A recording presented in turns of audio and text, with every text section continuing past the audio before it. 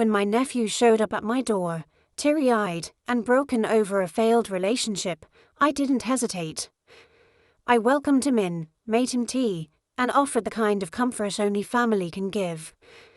We talked for hours, shared stories, even laughed through the pain. But then, just when I thought I was helping him heal, he looked at me with eyes that held something deeper, something forbidden.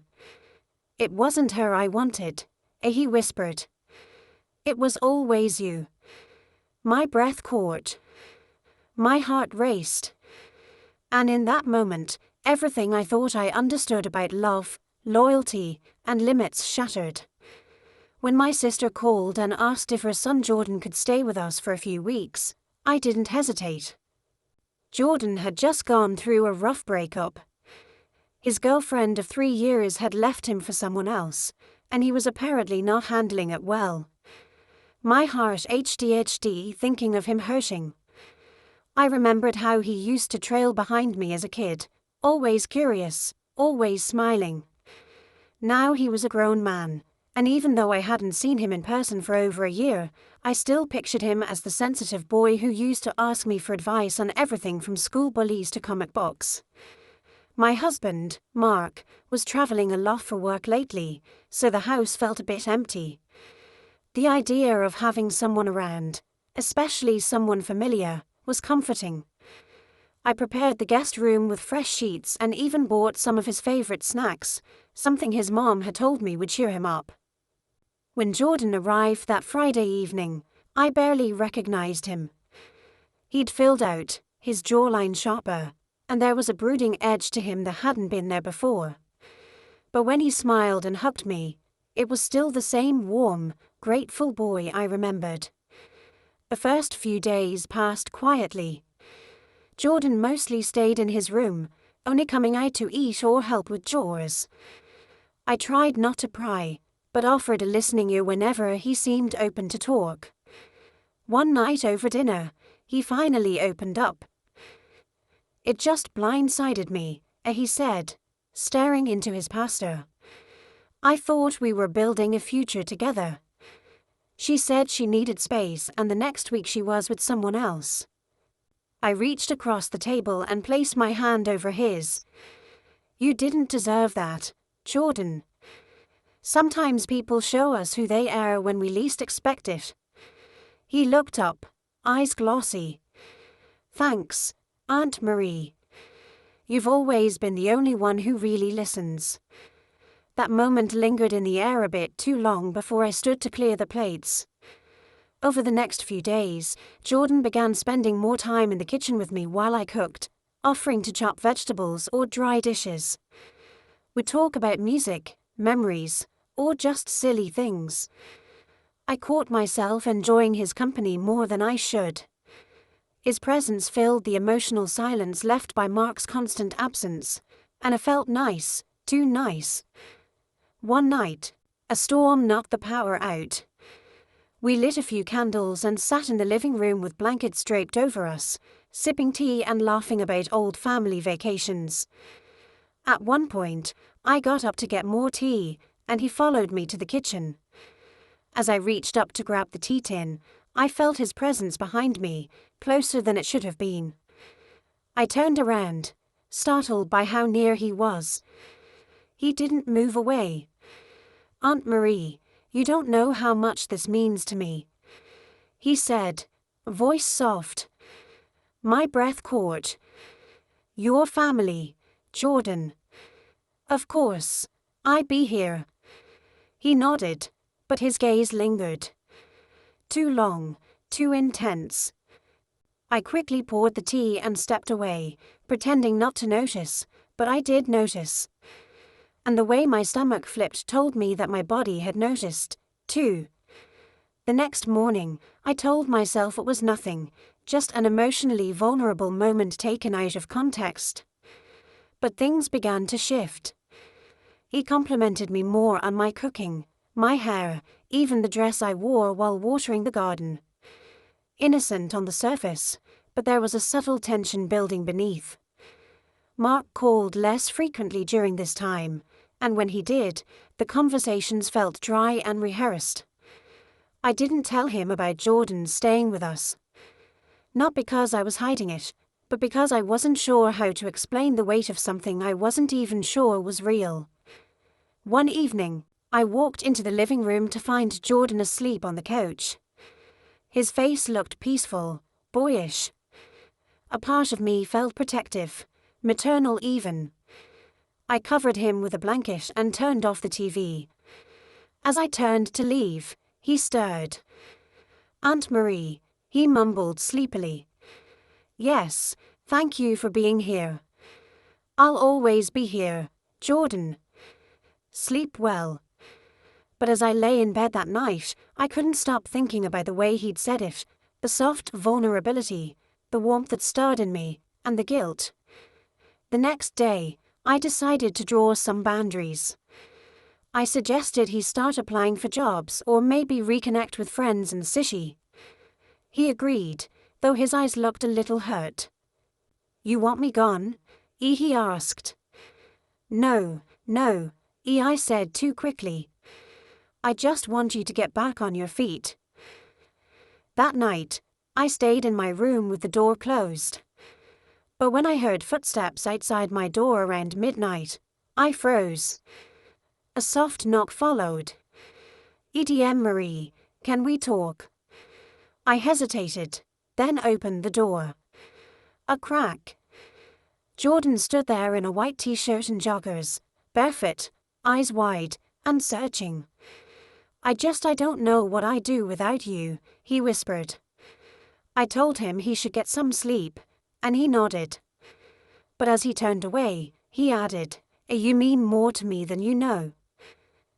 I closed the door and leaned against it, heart racing.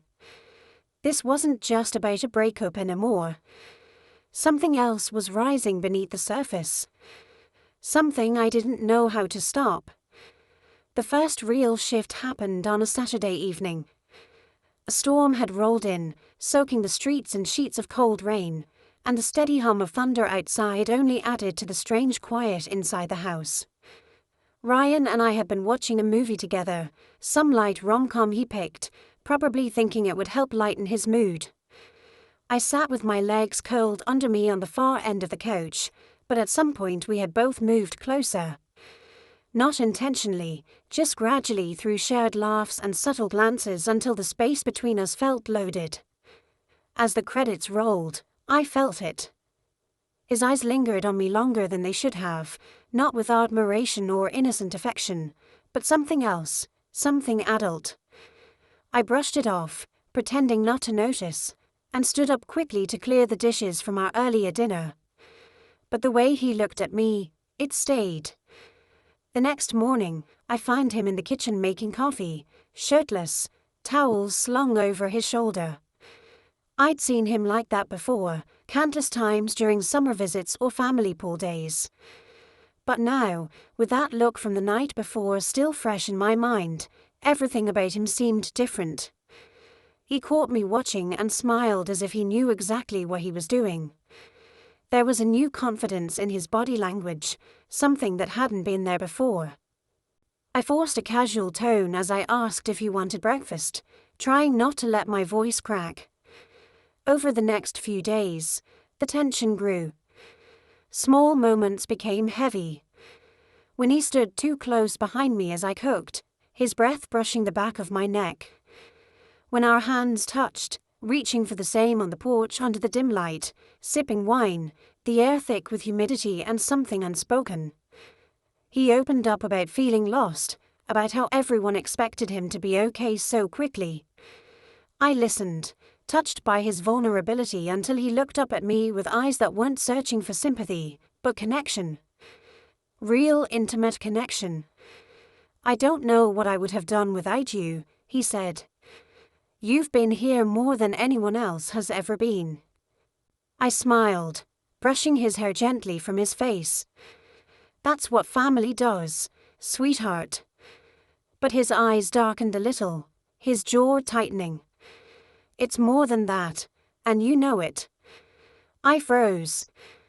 It was the first time he had said anything so direct, and it felt like the ground beneath us had cracked open just slightly.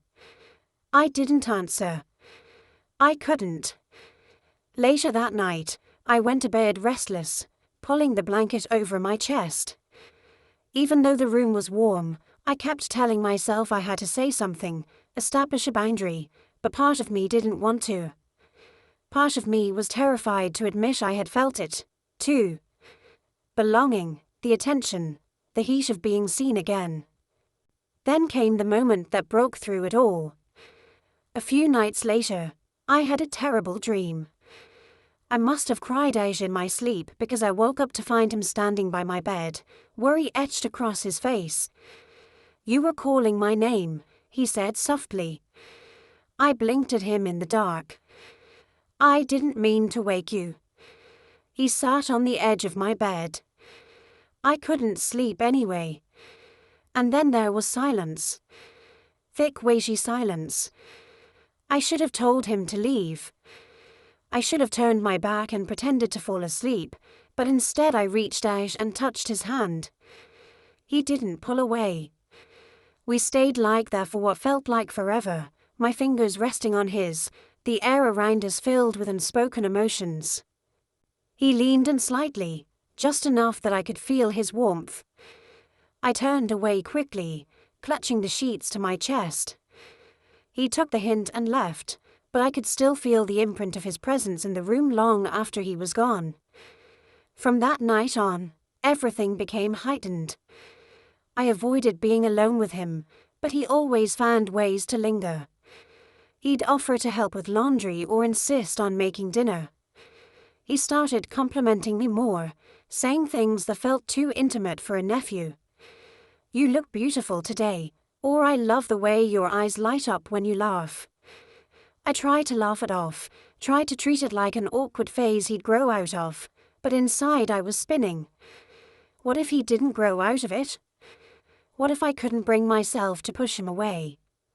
I started feeling like I was living a double life, pretending everything was fine while constantly aware of this emotional undercurrent threatening to sweep us both away. I'd find myself dressing differently, avoiding eye contact, second-guessing every gesture. I was afraid of giving him the wrong idea, or perhaps afraid that I already had. Then one afternoon, I caught him staring at me from the kitchen doorway, his gaze steady, his posture rigid. I told him I needed to talk. That whatever he was feeling had to stop. But before I could say another word, he interrupted me. "I know you feel it, too," he said. "You just won't admit it." My breath hitched. "I'm not a kid anymore," he added. "I know what I want." I shook my head, eyes wide. "Ryan, stop." But he didn't move. Didn't flinch. "You've been there for me when no one else was. You've seen the worst of me, and you still cared. I love you, and not in the way I'm supposed to." My heart pounded in my chest. The room spun. I felt trapped between what was right and what was undeniable. The air between us thickened, electric, and confusing. I stood in the kitchen, pretending to wash the same plate over and over again, trying to slow the drumbeat of my heart. Jacob had just left the living room, but his presence still clung to the house like his cologne. Warm, woody, unsettling. His words from last night kept echoing. "It's not just a crush, Aunt Layla." I meant what I said. I hadn't known how to respond then. I didn't know how to respond now. This was supposed to be simple. Jacob, my late sister's son, had come to stay for a few weeks to recover from a bad breakup. I had opened my home to him, offered comfort, guidance, an ear, everything a good aunt should. And at first, that's all it was. Late-night talks, shared meals, walks in the park. He'd cry, vent, ask me things like how I knew my husband was the one. I thought I was doing the right thing. But somewhere between his heartbreak and my own restlessness, something shifted. It wasn't that I didn't notice Jacob. He was 24 now, not the awkward teen who used to shadow my every step at family barbecues. He had grown into a tall, lean man with gentle eyes and a way of listening that made you feel like the most important person in the world. But noticing wasn't the same as feeling. At least that's what I told myself until he started noticing me back. The way his gaze lingered a second too long. The compliments always just on the edge of innocent. "You look beautiful in that dress." "And I never realized how smart and funny you are. Uncle Ray must have been crazy to let you go." I brushed them off. I laughed. I scolded gently.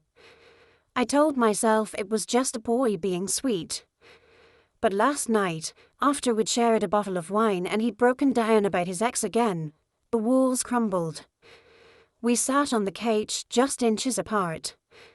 I put my arm around him, an innocent gesture.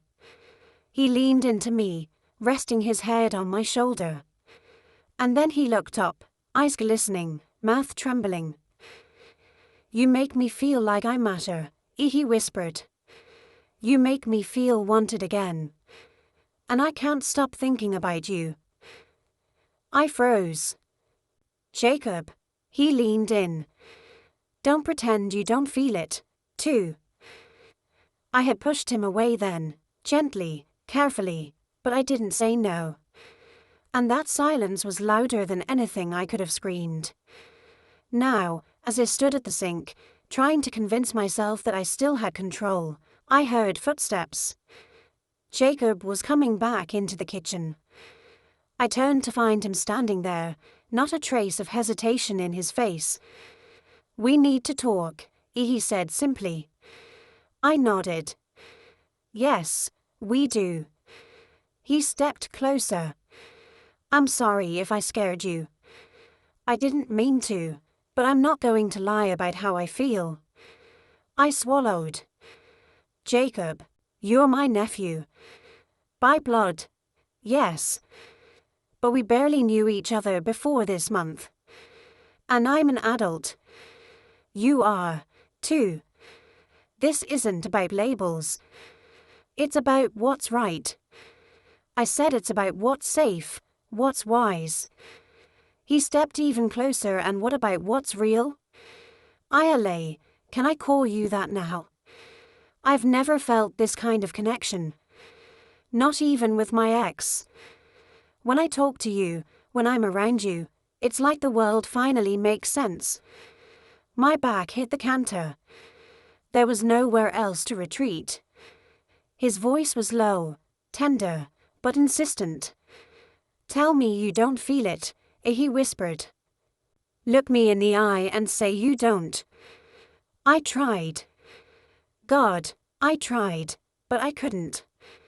I looked at him and saw the truth reflected in his eyes. I felt it, too. Not just desire, but the aching kind of longing that goes beyond logic. The kind that only shows up when two people both think they're broken and somehow find wholeness in each other. "Jacob," I whispered. He reached out and gently tucked a loose strand of hair behind my ear. His fingers brushed my cheek. "Let me hold you. Just once. And if you still want me to go after that, I will. I swear." I was trembling. Every rational part of me screamed no. Every cell in my body begged yes. My hands moved before my brain could stop them. I touched his chest, warm, steady, and then slid into his arms. He held me like he'd been waiting forever. Like I was the missing piece he never knew he needed. And I let him. Time blurred. I didn't know how long we stood like that, wrapped around each other, breathing the same air. His hands never roamed. His touch stayed respectful, reverent. But it was more intimate than anything I'd experienced in years. He didn't see me as his aunt. He saw me as a woman, as someone who mattered. When we finally pulled apart, we were both breathless. "Are we really doing this?" I asked, voice hoarse. He nodded. Only if you want to. I did. I didn't want to admit it, but I did. Maybe it was loneliness. Maybe it was the thrill. Maybe it was years of being unseen, untouched, undesired. Whatever it was, it pulled me toward him with a force I couldn't resist. We spent the rest of the night in quiet closeness. We talked more about his childhood, about my failed marriage, about what scared us. He told me I made him feel safe. I told him I hadn't felt this alive in years. We didn't cross the line that night, not physically, but emotionally, we leaped across it. The next morning, we avoided each other. The air was awkward, but not cold. It was heavy with unspoken possibilities and questions. Where do we go from here? What will people say? What does this make us? I didn't have answers. Neither did he. But the one thing we both knew was that something irreversible had happened. A dam had broken. And pretending it hadn't would only drown us in denial. I wasn't just his aunt anymore. I was the woman he wanted. And the scariest part, I wanted him, too. The days that followed were quieter, but far from peaceful. Jacob and I moved through the house like uncertain ghosts, polite, reserved, and overly careful. But beneath our cautious glances and casual small talk, something had undeniably changed. The line we'd flirted with wasn't invisible anymore. It was burning beneath our feet. One night I found him sitting in the backyard staring up at the stars. I joined him without a word, and for a moment we just sat a quiet still. I don't regret what I said, he murmured. I know, I replied. But I understand if you can't, if you don't want this. I turned to him. I didn't expect to feel what I felt. I still don't fully understand it. But I'm not going to lie to you either, Jacob. You made me feel seen, alive. He looked at me with a soft, hopeful smile. So, what do we do now? I sighed, heart heavy with fear and curiosity. We take space. Time. Let this settle. If it's real, it won't disappear. And if it was just loneliness playing tricks, we'll know. It wasn't a promise. It wasn't a goodbye. It was a beginning, fragile and undefined. But it was honest. Jacob left a week later with a long hug and a whispered, "I'll wait." And as I watched him go, I didn't feel guilt. I felt a strange aching hope because maybe, just maybe, something beautiful had bloomed from the most unexpected place of all.